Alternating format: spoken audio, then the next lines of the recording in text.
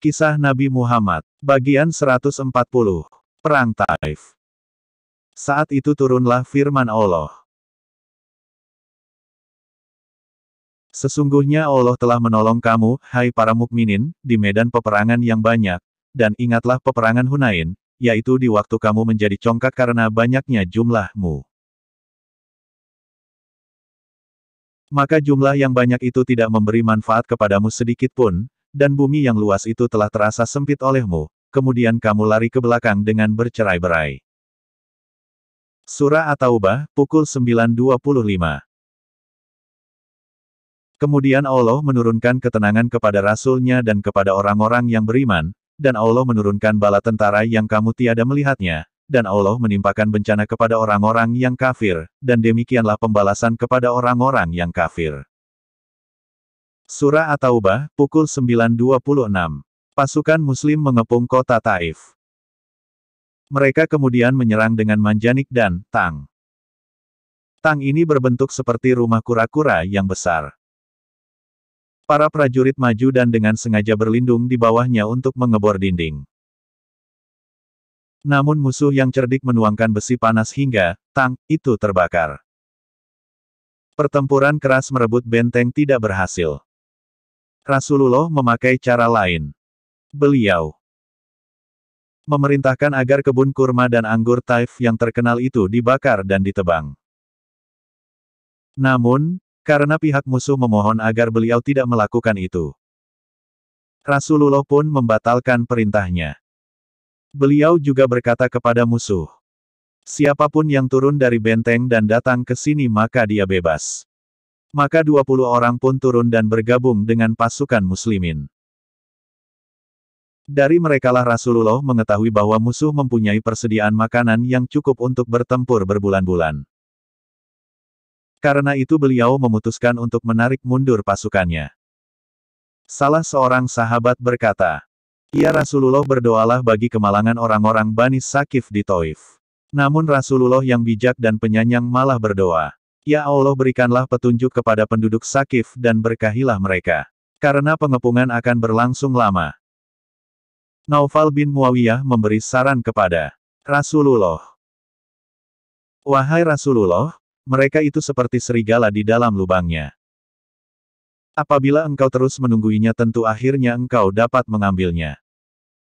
Namun ia pun tidak seberapa berbahaya jika engkau tinggalkan. Gelombang, gelombang, gelombang, gelombang, gelombang. Mengembalikan tawanan Taif." Rasulullah dan para sahabatnya meninggalkan kota Taif. Di Jirona, mereka berhenti untuk membagikan harta rampasan dan para tawanan perang.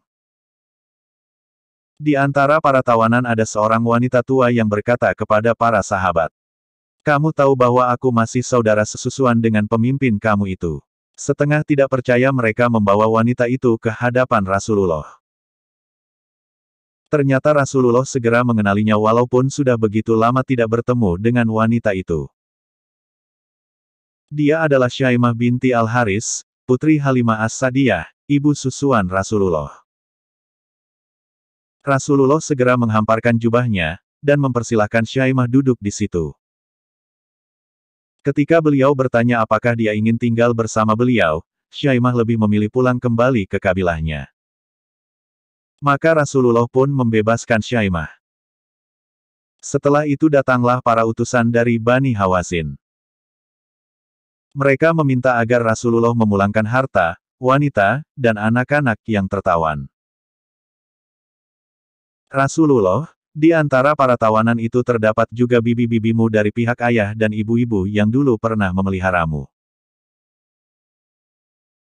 Jika sekiranya kami menyusui Haris bin Abi Shimr atau Nu'man bin Al-Munzir, kemudian ia datang melihat keadaan kami seperti yang kami alami sekarang ini, tentu kami manfaatkan dan kami mitai belas kasihnya.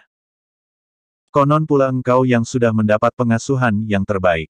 Para utusan ini mengingatkan bahwa ketika kecil dulu Rasulullah pernah dirawat di lingkungan mereka. Hati Rasulullah yang penyayang amat terharu mendengarnya.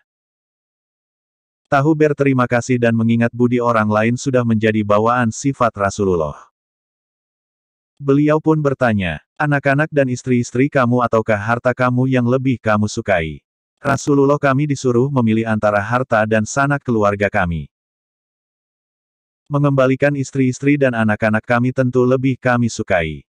Di hadapan pasukannya Rasulullah mengumumkan bahwa beliau dan keluarganya melepaskan anak-anak dan kaum wanita Hawazin.